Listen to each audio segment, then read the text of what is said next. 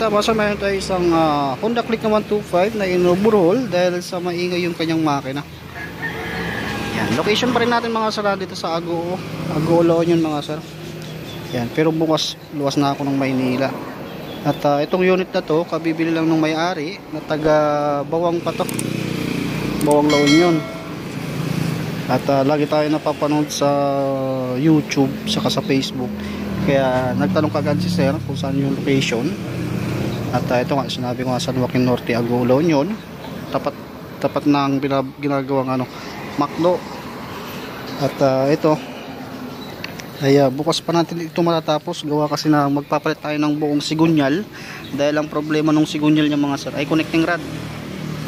Hindi rin ko siya rin uupiran ng yung palit ng connecting rod ng mga aftermarket, pero kung doon sa kabila ito gagawin, marami kasi akong pwedeng maibigay na connecting rod. Basta mga ganito kaya kong i-repair, wag lang yung kalampag.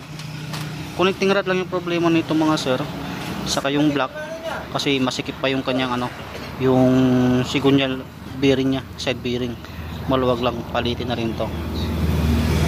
At ang gusto naman ng may-ari, yung buo na ilalagay. At makikita naman din natin sa kanyang piston, nagasgas na yung kanyang piston. At sobrang itim. Kabibili niya lang to, nabili niya ng 35,000. Kaso nga lang marami daw issue tulad nito sa makina. At overheat ng overheat, maingay na nga, overheat pa. Ito yung mga palatandaan na overheat yung motor. Ayan yan ang itim. Ito yung mga palatandaan na yung motor ay nag-overheat. Yan ganito. Gusto na sir na palitan na yung mga talagang kailangan palitan. Example natin to magasgas na rin kasi ito ayan. Yan. Kaya kapag once na overheat yung motor nyo mga pinakamainam na ipagawa nyo na lang, huwag nyo tiisin, huwag nyo hayaan na mawalan lagi ng kulan kasi damay-damay na yan. Ito yan, napatuyuan to sa sa kulan na ginagamit hanggang sa gumamit ng hindi magandang oil hanggang nasira na yung connecting rod. Pinaka main issue nito yung overheat hanggang sa gumagamit na ng ibang oil na hindi magandang oil, nadamay yung connecting rod. Nasisira yung connecting rod kapag once na kinulang or hindi maganda yung oil, parang hindi nakakapag-lubricate ng maayos yung langis ng connecting rod. Doon nagkakaroon ng problema, kaya maingay.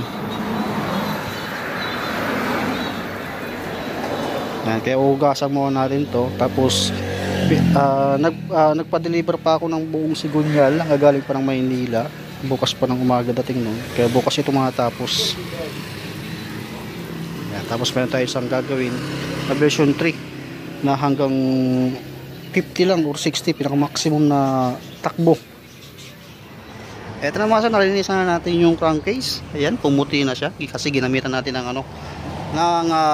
degreaser. Ayan, mapapansin nyo naman. Tapos nare-grinding compound na rin natin. At ready to salpak na. Ito na yung sigunyal natin na galing pa ng Maynila. At pinadeliver ko pa via Partas yung pinag-deliver ng mga sa pinadeliver ko kahapon. Dumating siya ng gabi na yata dumating to. Tapos ready to pick up ng kinabukasan. Ayan, naisalpak na yung valve seal mga sir. Ito na yung luma. At ito na yung mga block set natin. Pag si 125, dapat ang pisang gagamitin natin ay 125. Tapos ito yung bagong sigunyal natin. Alam ko dito na rin yung bearing mga sir. Kasi hindi natin pwedeng hindi palitan yung bearing. Kasi pagka doon tayo sumablay, ang mangyayari, magiging tunog big bike naman siya. Kapag once na hindi magandang oil yung nagamit, matik na apektuhan pati yung mga bearing. Kaya obligado kailangan natin magpalit ng bagong bearing. Kaya ito yung bagong sigunyal natin. Kaya pakita ko muna mga sir para sakaling mapanood ng may-ari at iniwan sa ating unit, mapanood niya na talagang yung pinalagay niyang sigunyal original at bago talaga. Ito assembly po yan. Ang wala lang lagi dyan, itong bearing na to. Syempre gagamit tayo ng butane para maisalpak natin ng maayos. At kapag wala naman tayong pang press doon sa bearing natin para mailubog natin dito, meron akong ginagawa dyan, kaysa naman nadadali pa natin ng press machine shop, lalo dito sa probinsya mga sir, mahal ang singilan nila. Kahit saglit lang ilubog, mahal ang singil. 450 yan singil. Isa rin yun sa mga kabawas kay customer. Kaya gagawin natin ay ilubog mo na yan. Location pa rin natin mga sir, location pa rin natin San Joaquin Norte, Agoo, La Union. Along MacArthur Highway rin itong pwesto natin. Tapos tapat tayo ng ginagawang McDo. Katabi niyan ay Premium Bikes, katapat natin. Yan, bago. Yan, hindi ko muna puputulin yung video mga sir, para kung sakaling ay mapanood nung may-ari yung motor niya na yung ilalagay natin bago talaga. Iharap mo yung pangalan yan, tapos lagyan mo siya ng langis, tapos igano mo na lang sa hita mo. Totally mga sir, hindi naman talaga totaling mahirap ilubog yan. Hindi tulad ni 160, si Click 160, ADB 160 na talagang napakahirap ilubog. Obligado, kailangan mo ng press nun. Si Click, ayan, mabilis lang. Tapos gamitin mo lang yung lumang bearing din. I-stop ko muna yung video dahil tinanggal ko yung bearing dito. Yan, yan yung gagamitin natin pang sinsel. Yan.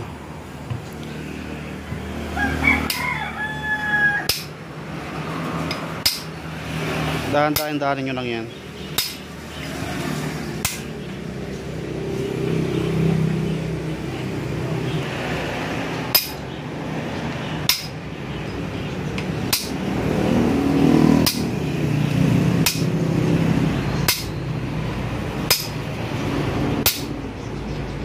Ayan, lubog na.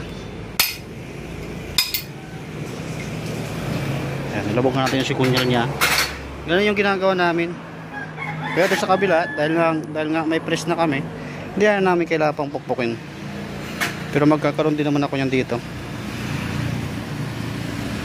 Piniprepare ko lang yung kasi magre-renovate kasi ako dito mga sir. Hanggang doon sa dulo, lalakyan natin yan para makapaglagay ako ng tile changer, tapos press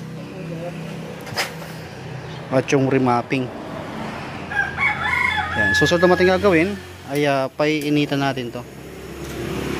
Ito, testing tayo mga sir. Kung hindi mo siya paiinitan, hindi siya lulubog. Kaya obligado, kailangan pa natin painitan para hindi mabugbog yung bagong sigunyal. Kailangan painitan natin. Tapos lagyan mo ng langis.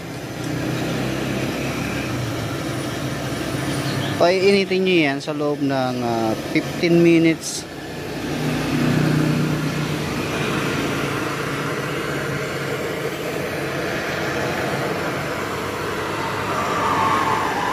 Okay, painitin muna natin sa loob ng 15 minutes.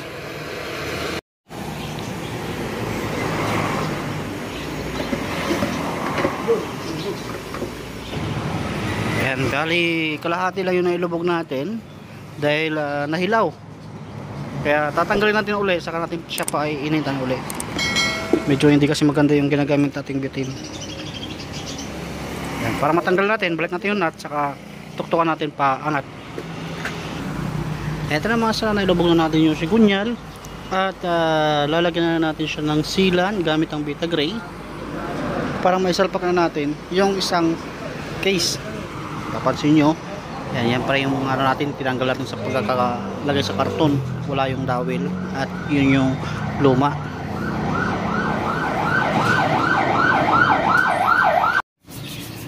Yan, lagyan ko ng sealant na yung ginamit natin dahil wala tayong Vita Gray, yung Pioneer Mighty Gasket. goods naman yan mga sir, kasi subok ko na rin yan noon ko, parang hindi naman nagagamit yan bago si Vita Gray. Linis mo natin isa. Basta itong kuwan mga sir, kailangan malinis dapat. Okay, salpakan natin yung ano, yung dalawang dowel mga sir. Huwag nyo kakalimutan mga sir na may lagay para pampatibay niya yan at hindi tabi-tabi yung kanyang ano, crankcase. Talagang saktong sakto. May dalawang dowel yan na mahaba. Sakaling makalimutan nyo, tanggalin nyo ulit, tapos ibalik nyo. Kasi may isa pa kaming gagawin tulad nung kanyang center stand mga sir, ay detalye na to. Nag-stack up na yung axle nya dun sa center stand. Kaya ang gagawin namin dyan, bubutasan namin yung center stand para malagyan siya ng grasa or WD-40 para mapalambot natin. Kasi nung bago ito kalasin ay pinorting pa natin yung ano nya, kasi nga tinry na itong tanggalin, buti nga lang hindi tinuloy dahil mababasag yung crankcase.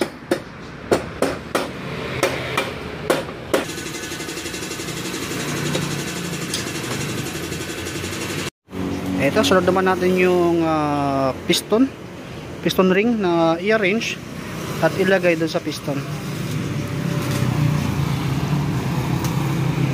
Pakita ko lang sa inyo na yung mga ginagamit natin ay original,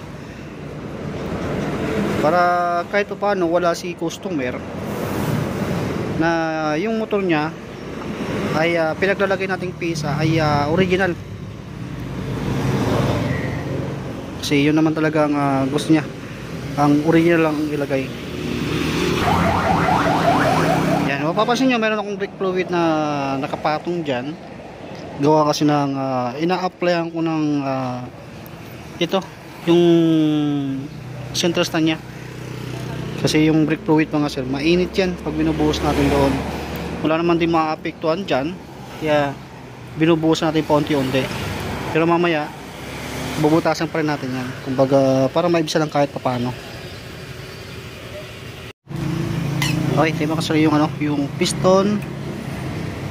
Dapat ang arrangement ng piston nyo, intake, ayan, dapat sa taas. O kaya magbase kayo sa cylinder head. Kapag malaki yung valvula, intake matic yan. At sa ball pocket, ayan, malaki din, kaya dapat sa taas.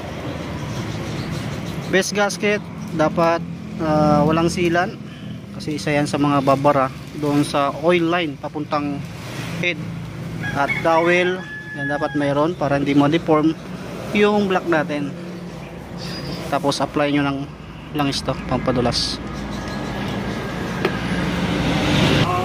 Ayan, ito na yung bagong block natin mga sir.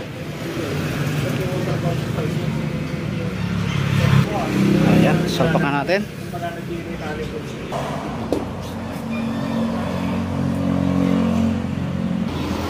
Ayan, isalpak na natin yung original block natin, pati yung hose. Dapat kung ano yung arrangement ng una, ganun din dapat ang pagkakabalik. Huwag niyong pagbabaliktad rin, kasi kapag once na nakapagbaliktat yung hose na yan ay may maaring posibilidad na mag-overheat, kasi itong hose na to kapag binaliktad mo, didikit yan sa tambutso, masusunog, mag-overheat din.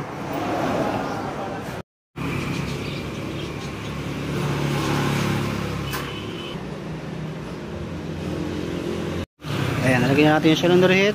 Sa pag-top dead naman nito mga sir, kung kahit wala yung magneto, basehan lang kayo sa half moon dito, tapat nyo nito hanggang sa makuha nyo yung tapat din ng ano, ng kanal, yung pinaglalagyan ng ano, water pump.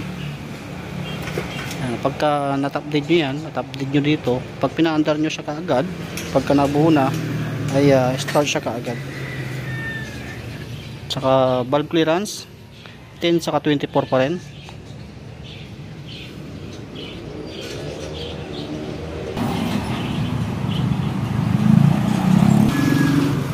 Ayan, after natin mahigpitan to, saka ito mga sara, wag nyo po ito kakalimutang higpitan, kasi kapag once na hindi nyo ito nahigpitan mga sir, yung tornilong dalawang Allen wrench dyan, kapag nakalimutan nyo yan, maraming sisirain.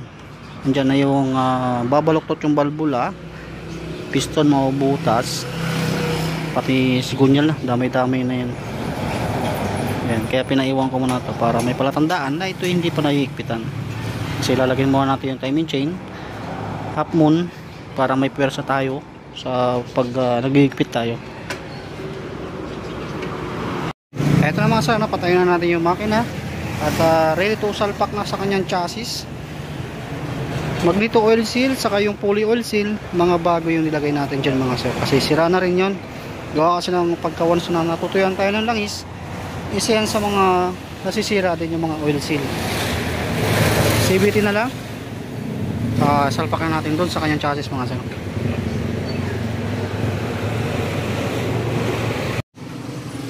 Ito na mga sir, isasampahan natin yung makina ni Click, tapos apply natin ng langis at coolant. After natin may balik yung mga sensor, mga wire, throttle body, magneto, stator. Ayan, titistingan natin siya pahanda rin.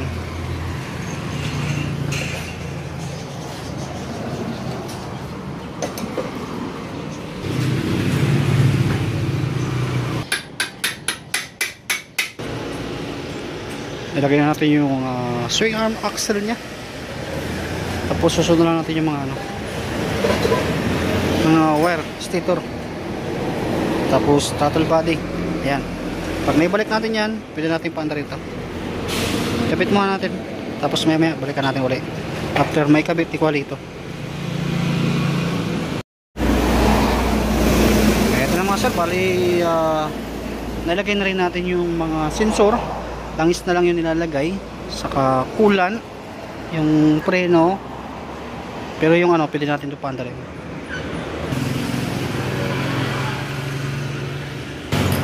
Tapos spark tayo ng spark plug, kasi yun ang request ng may-ari na kailangan natin palitan ng spark plug. After natin gawin to or matapos, meron tayo isang click ng issue naman yan ay overheat. Malaki na raw yung nagagastos yan mga sir, halos lahat na nalibot na dito tukod dito sa atin. Kaya after nito, check natin yan, overheat yan mga sir, kung ano-ano na yung pinalitan dyan, pero overheat pa rin. Pero check pa rin natin mamaya kung ano yung naging problema niyan, kasi pati block, nagpalit na ng block yan, water pump, tapos thermostat daw, pati thermostat daw papalitan na uli. Yang thermostat naman, pag may problema yan, yung hose sa pinakababa ng radiator hindi dapat umiinit kapag kasira yung thermostat. Kaya tapusin muna natin ito.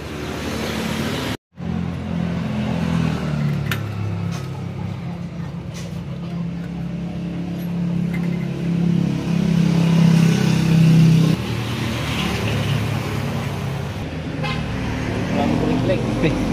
Try naman natin yung panel rin. Yung panel nya blurred din, pero madaling ayusin lang yan. Sa Shopee may nabibiling ganyan, polarized. Kahit ikaw kaya mo mag-part dito.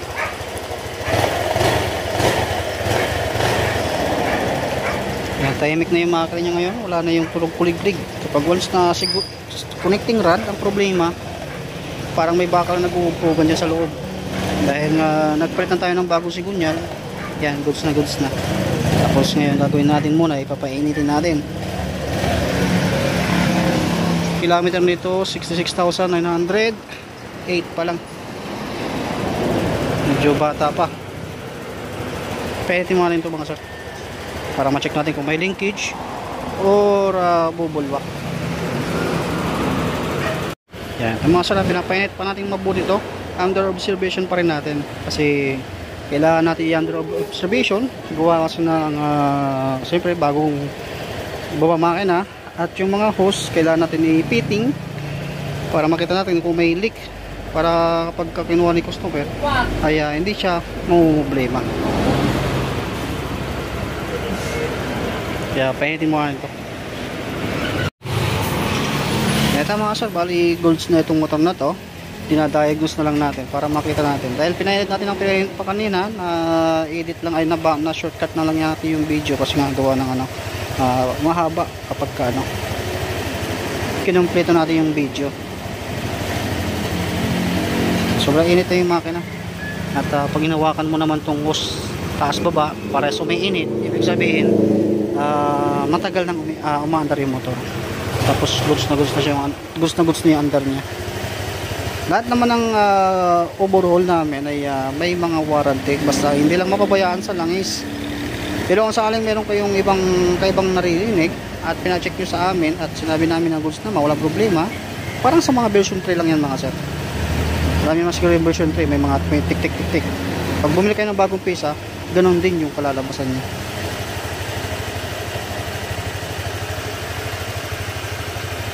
Kaya goods na to, pwede na itong makuha. Pero ano dapat to, i-break in pa. 60-60 lang pinaka maximum speed. Tapos change oil ka sa loob ng 500 km. Kapag naka 500 ka na o na-reach mo na yung 500 km, isisit naman namin yan para maging awareness dun sa'yo para mag-change oil ka kagad. Kasi masikip pa yung piston yan mga sir. Kaya kailangan i-break in mo ng maayos. Kaya okay na to. Doon naman tayo sa kabila. Yung overheat yan mga sir. Yan, location pa rin natin dito mga sir, San Joaquin Norte, Agoo, La Union. Tapat ito ng ginagawang McDo along MacArthur Highway mga sir. Yan, ang mekaniko natin si Qualito. In case na may kailangan kayong pisa or may concern kayo at wala dito, pwede ko kong ipadala kaagad ora mismo kung sakaling wala ako dito. Kasi madalas ako sa Maynila, 1 week ako dito, 1 week din ako doon. Ganoon yung ginagawa ko mga sir. Kaya minsan di ako nakapag-reply sa mga PM ninyo mga sir. Kaya okay na to.